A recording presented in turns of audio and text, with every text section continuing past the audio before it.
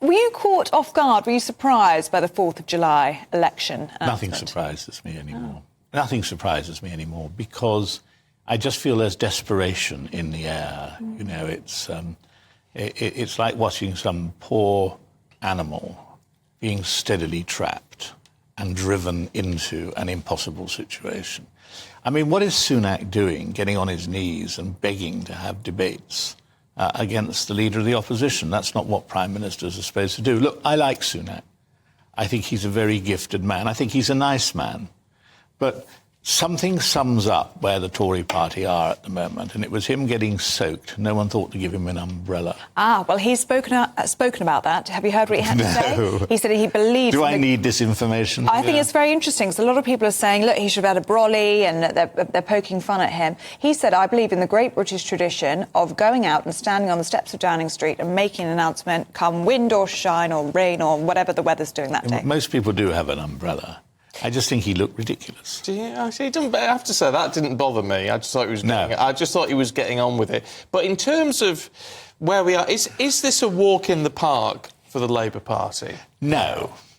This is the words of comfort I bring from beyond the grave, because I lost my seat in 1997. And the Tories actually were in a very good position then, but because the economy was doing well and so on. But there was something about Tony Blair. He just seemed unbeatable. And what do you know? He was unbeatable. I mean, Starmer's nothing like Tony Blair.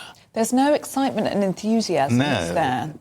Especially not like it was in 1997. You know, it's a sort of greasy-haired lawyer, you know. I know about greasy-haired lawyers. I was one myself. Yeah. And, you know, once a greasy-haired lawyer, always a greasy-haired lawyer. You never entirely shake it off. But I think the problem, though, for the Tories is Sunak there's no showbiz there. He needs to be able to go out and command the situation. But I think if he'd asked me, and by the way, he didn't, but if he'd asked me what should I do, I'd have said just get it over with. Shock them.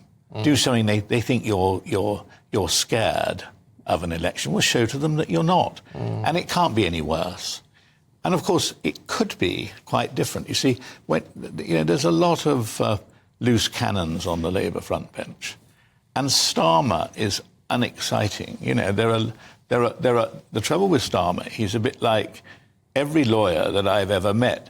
They argue one case, but if you'd ask them to argue the opposite case, they do so provided the money was right. And I tell you, I don't think that Starmer carries very little in the way of conviction.